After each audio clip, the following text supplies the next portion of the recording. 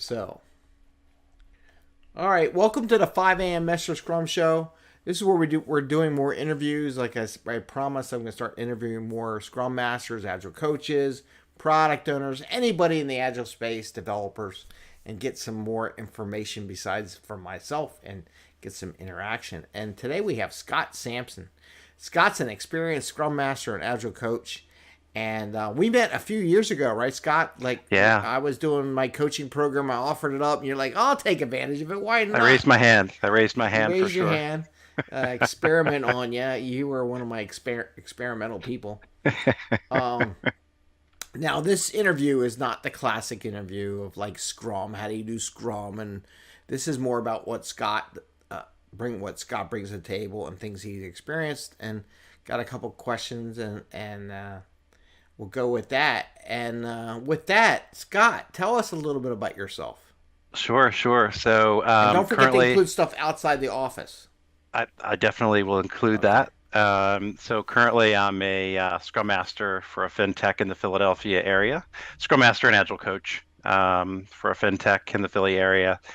Um, and basically, you know, been in the Philadelphia area for a long time. Have worked for a few different companies in the area in different IT roles, business systems analyst roles, project management, and of course the Scrum Master role.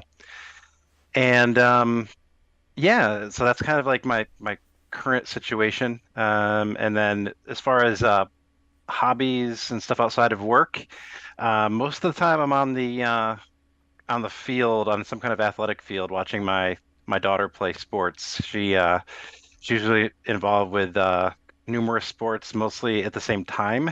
And so my wife and I are always there supporting her, and we also help coach her softball team and her travel team in Okay. softball.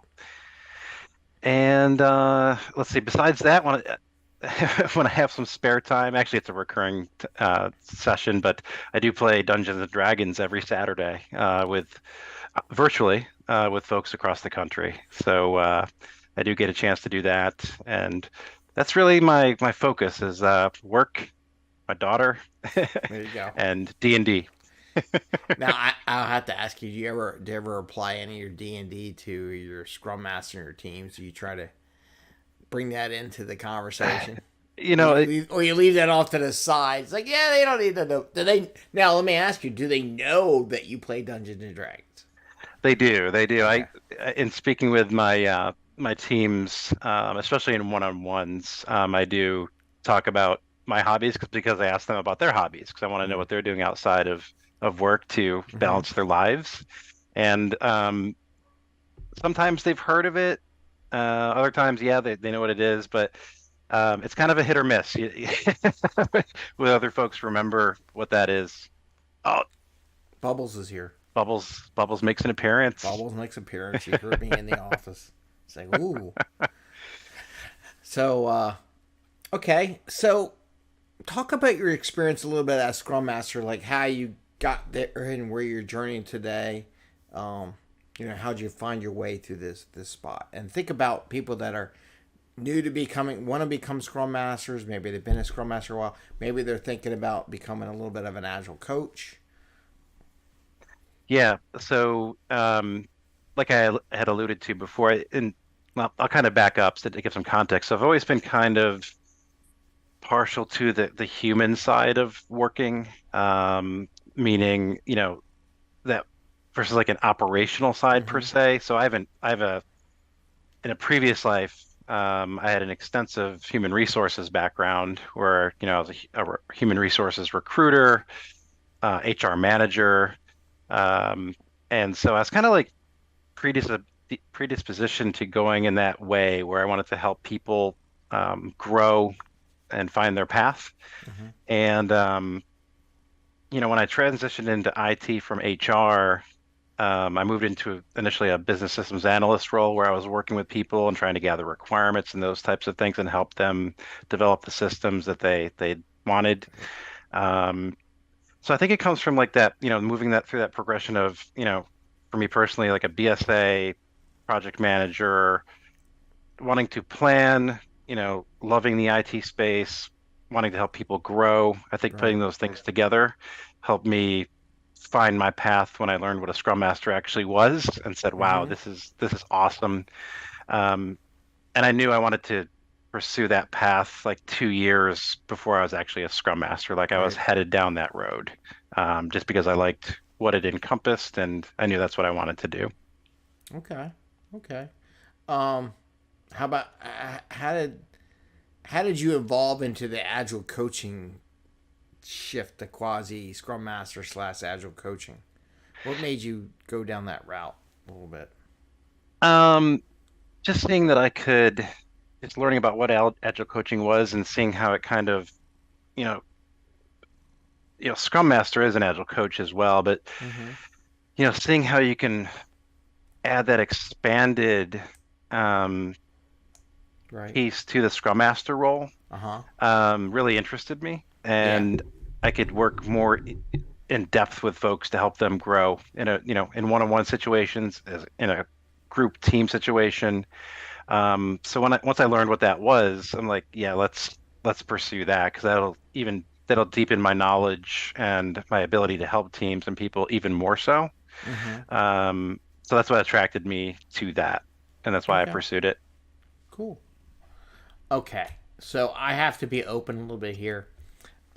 So Scott is currently participating in our 5 a.m. Mester Scrum Yes. Agile OKR Mastermind group that we have started this year. And can you share a little bit of why you joined, how it influenced you to do this interview, right? And also, by the way, Scott's going to present on at our Meetup group on Wednesday, May 17th, 2023. Yeah, 2023. And wanted to share that out. So, Scott, could you talk about what made you take this other activity?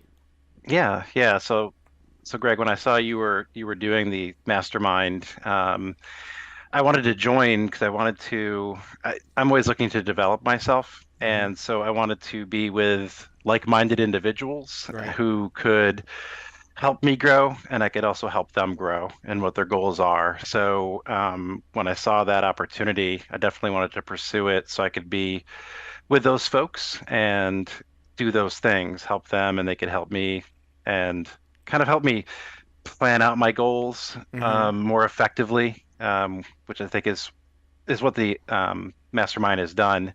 Uh, Greg, you remember what the goals I came in with my OKRs, and they were very aggressive in some Yeah. circumstances, Yeah.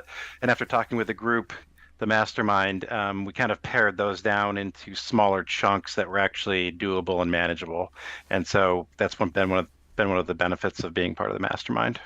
Yeah. And I remember you were doing some things you were doing, and then I said, but what's the purpose behind you doing that? And I tried forcing you into digging a little deeper on why you wanted to, like, I think one of yours was like read 12 what a book a month or something. Yes, Like, and then my thing was, well, why do you want to read a book? What do you want out of that book? What do you want to do with that knowledge? Right. And I think that kind of now I'm getting into presenting this stuff. I think actually one of your OKRs now is actually do some more presentations, right? it is. And It is. and you just reminded me, you got accepted to present where again? Outside the 5 Uh, a.m. Master Scrum meetup? yeah, at the Agile Indie monthly meeting, I'll be presenting in June. Is that Indianapolis? Yes. Okay. Yep. Good. So you get more practice on that, so Yes. that's good. Okay. So now I was going to ask you about how the role of Scrum Master operates in your company, but I'd rather ask you, how do you think the role of a Scrum Master is with any team, any place that you helicopter in, you go, boom, there's a Scrum Master. So Yeah. Yeah. how do you see the role of the Scrum Master? I see it as being currently I'll say servant leader. Obviously, you have Mm-hmm. to want to help your teams grow as far as their agile knowledge, agile maturity, Right. be able to solve problems. But I also, in addition to that, I think it's someone that likes to problem solve Mm-hmm. naturally. You like to get in there and help folks, solve problems more effectively. You may Right. not do it for them, but you can help them think about their options and Yeah. give them that agency. Make sure they know that they have agency to solve problems on their own versus having to wait for someone else or go to their supervisor to try to get more input. Um, so, and I guess the third thing would be just being approachable, Yeah. um, being humble. Kind of this, to me, they kind of go in the Yeah. um, same thing. So people are comfortable coming to you with what they want to talk about, Right. helping them solve problems, talking through it with them, and having them come up with options that they can pursue Mm-hmm. for different problems that they're facing. I think is key. So, So so how hard is it that talking about solving problems? I also find it important to hold back from solving their problems, right? yeah, You may think because you know stuff and you've done it before and you got this experience, and it's so easy to like go into that mode. Well, here's your answer, right? yeah. How is that from a Scrum Master perspective resisting? Um, you go to that line, right? Like you have to know where you don't want to cross that chasm. Like Mm-hmm. you can take them like to that certain spot, Right. but then try to help them work through it themselves. But you really have to not go that entire Yeah. problem solving journey with them and solve it for them. So I've been pretty good about that, gotten better. Um, and sometimes you have to let teams fail to Yeah. get better. So I think Yeah. that's key to the Scrum Master and Agile Coach role as well.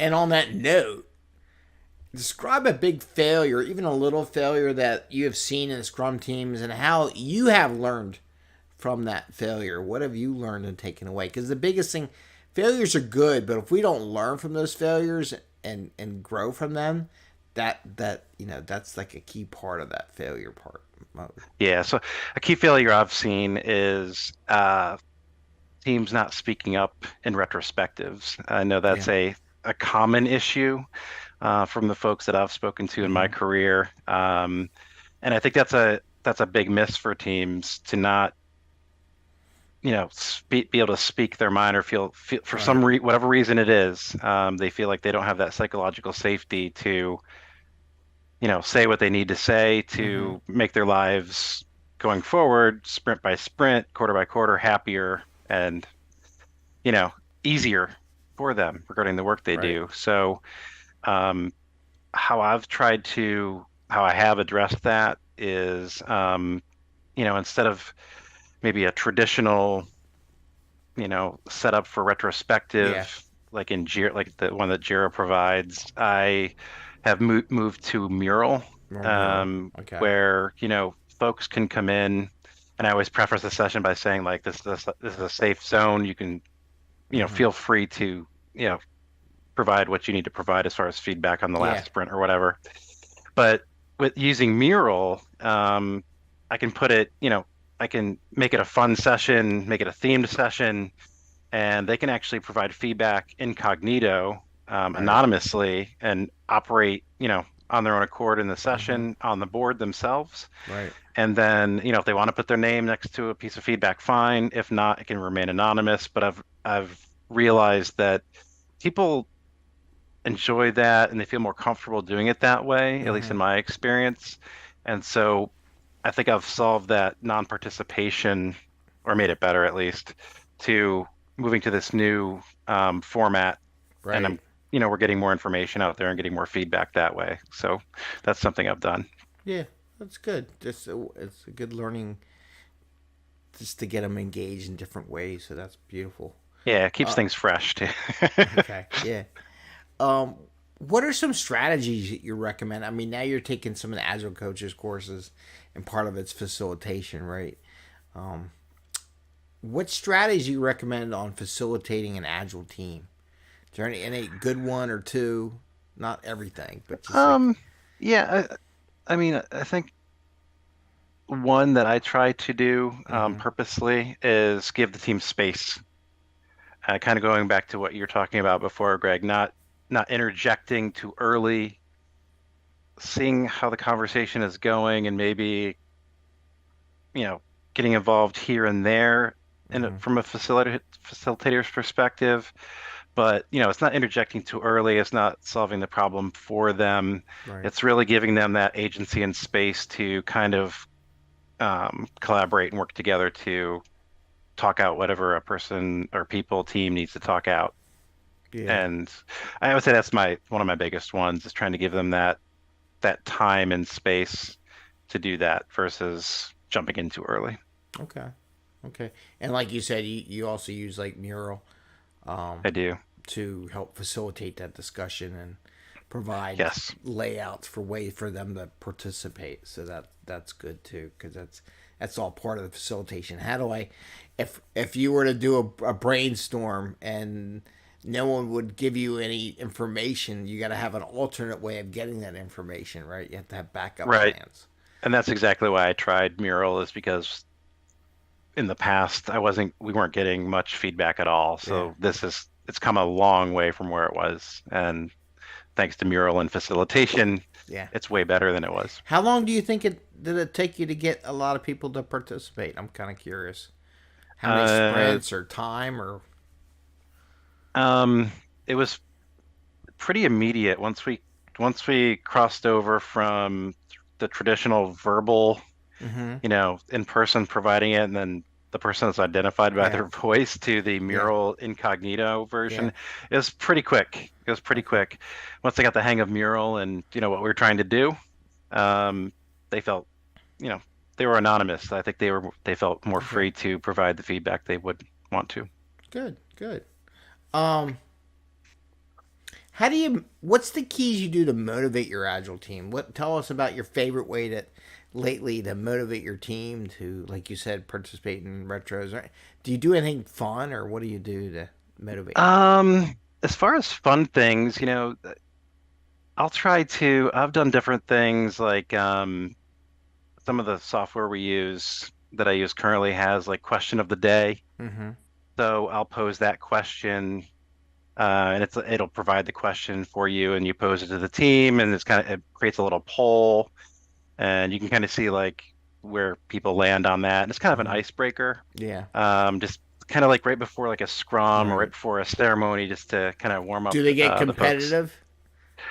I haven't seen much No. competitiveness Okay. with different topics. But I'll also like, I'll play music before sessions just to kind of get everybody either pumped up or Okay. relaxed or whatever.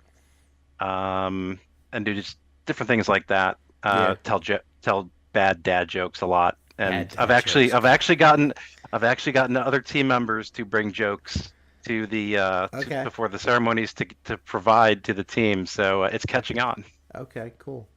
Um, how do you overcome bad days at work? Like if you're stressed out or you feel like you're not making it, breaking through to the team or something, you're getting frustrated.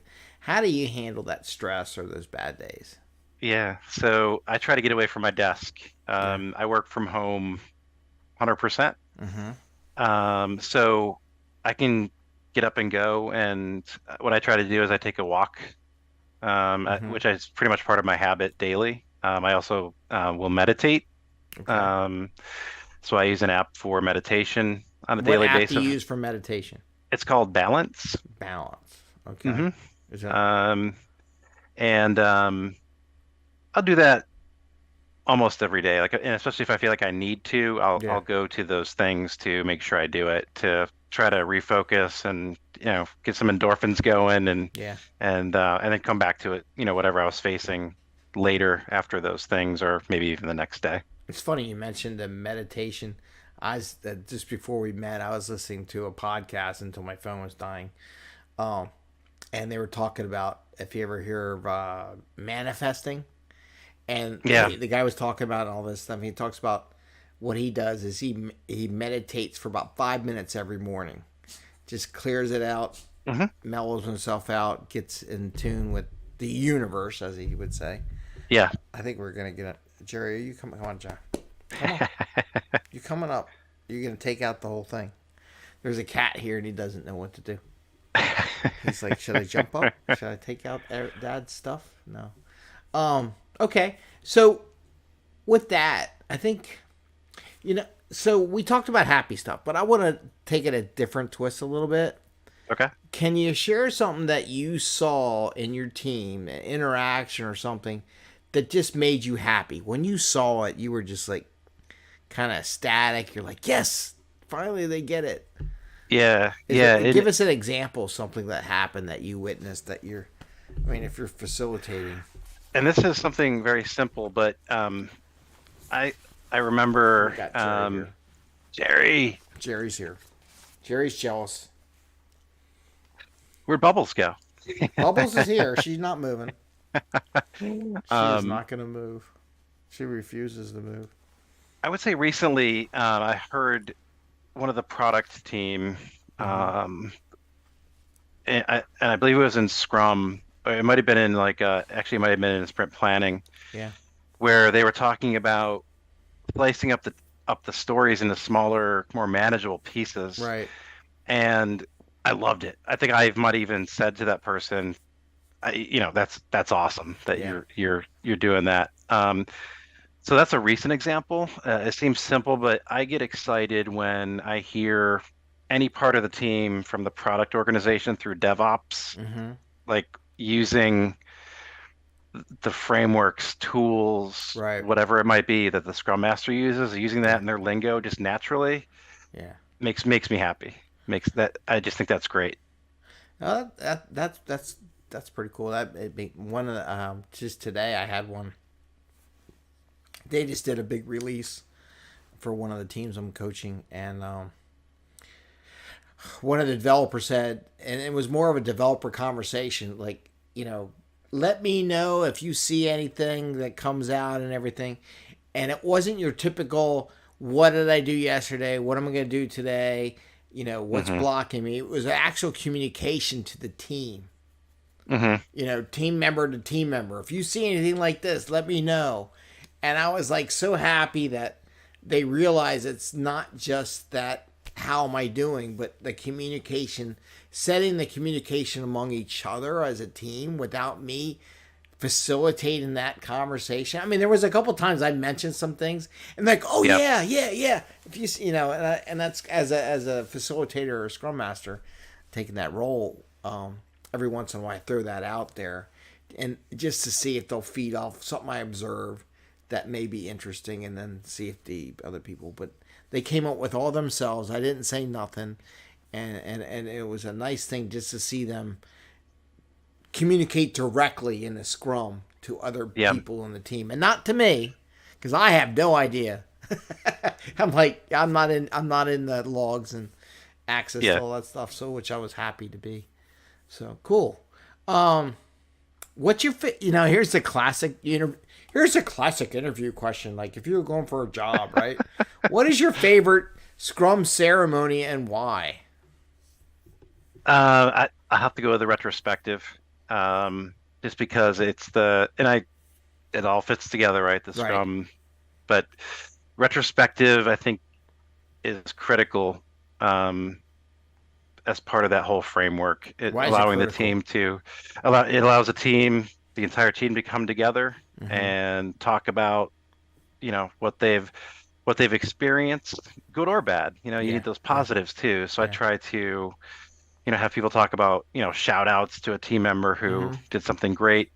But also, allows them to continually improve their work over time. And no other space really does that, except, you can do it in real time, obviously, but you're purposely coming together for that reason, and it's dedicated to that improvement, right? So that's just a great jumping off point to have the team grow, and I think it's critical, and that's why I think it's my favorite.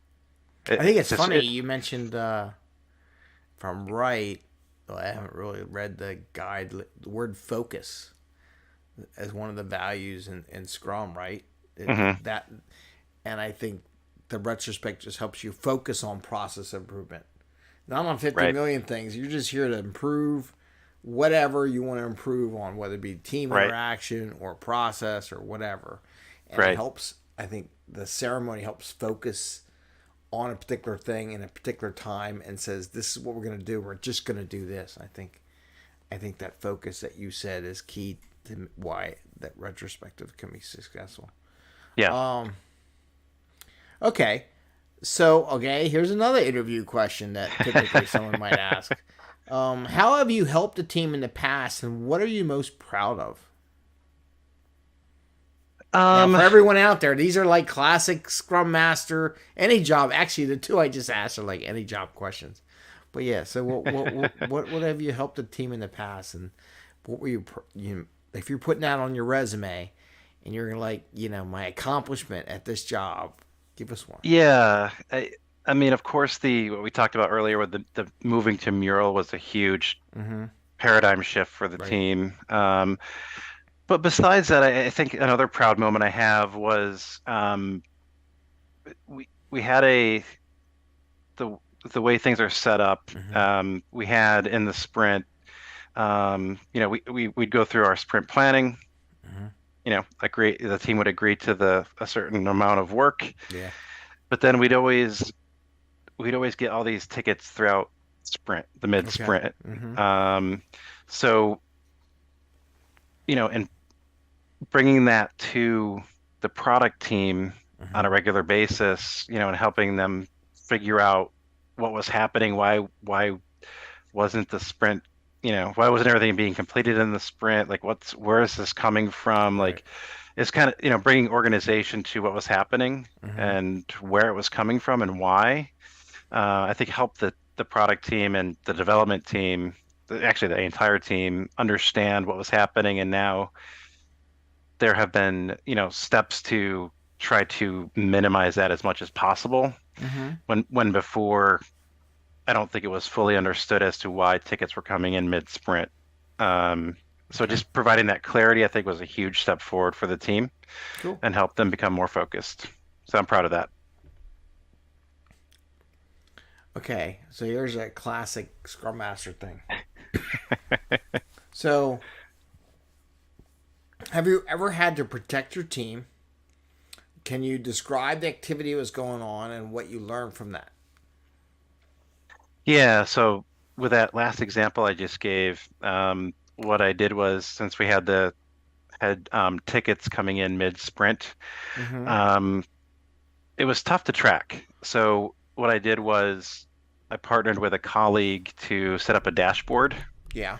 that would track when tickets would come in so that we could um, discuss those each day in the next sprint with everyone there, the product team, developers, QA, because it impacts everybody. If more work's coming in, QA also has a set number of work that they're expecting. So if tickets are Right. coming in, we need to make some prioritization decisions, right? So it helped the product team maybe remove some stuff from the sprint if these were urgent tickets that were coming in mid sprint. They could see the dashboard and just the sheer impact of all the tickets coming in on a daily basis. So that was protecting the team is created, by creating that dashboard and that Right. awareness across the team. That protected the team from constantly being bombarded with new work. And like I said before, that's become less of an issue. So you brought more visibility in there to protect the team. Use that as a tool. Yes. Okay. Cool. All right. Now we could say, you know, the the 5 a.m. Mester Scrum OKR Mastermind group would be part of this, but in the continuous learning, because it's really important. People don't understand. And I've interviewed people in the past where they would show me their resume and I'd talk about it. I'd look at their resume and nothing talks about, like, they got their Scrum Master cert 7 years ago. And there Hmm. was nothing else about learning anything else since they got their cert, like taking a class or joined a group or anything like that.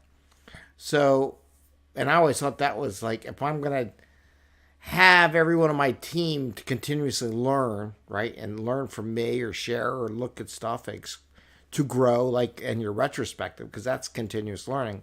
Hmm. Has there been a training class, a book that you've read recently that you liked, that you applied to your Scrum Master role? And actually, this is funny because I just realized that because that was part of your OKR. Yeah. So this book. So I don't know if everybody can see this or You might not, have but to de-blur yourself a little bit or put it over the your start face. the There you go. Start with Why book by Simon Sinek. Mm-hmm. I just recently finished reading that and actually outlining by chapter the things that I wanted to bring into my Scrum Master and Agile coaching Mm-hmm. practice, which I've actually started implementing with my teams. Um, the title of the book is basically kind of self-explanatory, but Right. it's talking about asking why you're doing something or why did you start doing something, and Right. it also talks about like what happens when that why kind of gets gray, Okay. and pe people don't no longer know like why they're doing something, that Okay. original core idea is no longer clear. And so I've started taking some of the ideas out of the book and started to talk to folks about um, kind of basically their growth, Mm-hmm. and why they want to pursue the goals that they're pursuing, and Mm-hmm. how can I help them as a Right. Scrum Master and Agile coach, um, and things like that. So I'm just starting to apply some of those topics from the book. Yeah. I'm at the early stages, but I have started to incorporate that into my one-on-one sessions with my teams.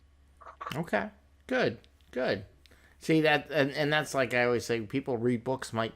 But what are you doing with what you read, and what you got to apply it, or it's just gonna float away. So I'm glad to hear Yeah. that you're applying some of the things you're learning in that reading that book to your team. So that's great. And plus, they benefit from it too. If you just read it, no one else benefits it from what's the purpose behind that, right? Exactly. So with that, tell us in the continuous learning path. Tell us something about what and why, or why you are presenting at our 5 a.m. Mester Scrum Meetup. What material you're going to present with us or share, a little intro. Don't go into the whole presentation because it'll take away from our Wednesday, May No, 17th, I'm gonna 5 save a, some. 5 a.m. Mester Scrum, but it's at 6 p.m. Just remind everybody it's not at 5 a.m. so you can attend. No, it's at 6 p.m. in the evening. Um, so tell us a little bit about your presentation. What you're going to Yeah, talk so about? it's called the Scrum Master's Relationship Value Stream. So the idea that I put together for the presentation basically talks about the importance of talking to um, not only certain specific groups Mm-hmm. on your team, on your I'll say development team that encompasses everybody, Yeah. product to DevOps. Um, Not only talking to certain groups or certain people, but expanding that Mm-hmm. conversation. And by doing that, you really help yourself, help the team Right. deliver better products. Yeah. Okay. You get different teams talking to each other. Um, so yeah, without giving away too much, I'm kind of struggling here trying to explain it, but without giving away too much, it's basically expanding that conversation. Okay. Are we gonna do any exercises? I think we might do maybe some simple exercises. Okay. I'm presenting using Mural. Mural. There you go. So I'm still looking at it for ideas for Mm-hmm. the presentation. So Mm-hmm. we'll see. We might have some surprises in there and get some Okay. folks to interact. Well, good. I'm looking forward to your presentation on at the 5 a.m. Mester Scrum Meetup program, and we're in the Wednesday, the 17th of May. So that's coming up in a couple weeks. It'll be here soon enough. You'll see a bunch of advertisings. Is there anything else you would like to share with anything we didn't cover? Any thoughts? Oh man, I know. I think we covered a lot. So no, if anybody ever wants to reach out about agile topics for anything, Yeah. feel free to contact me. But no, I think we covered everything, Greg, and thank you for having me on your show. Okay. And if anybody has any group meetups or anything like that you would like to invite Scott to present at, feel free to message me or message him directly, and I'll connect you with him. And maybe you go to our 5 a.m. Mester Scrum show or our meetup and find out what it's about. And he has some other topics too that he's working on in the future too. So that'd be cool. Yep. All right. Well, thank you, Scott. Thanks for joining us and sharing some of your adventures as a Scrum Master, Agile Coach, and going through a different part of your journey. So appreciate that.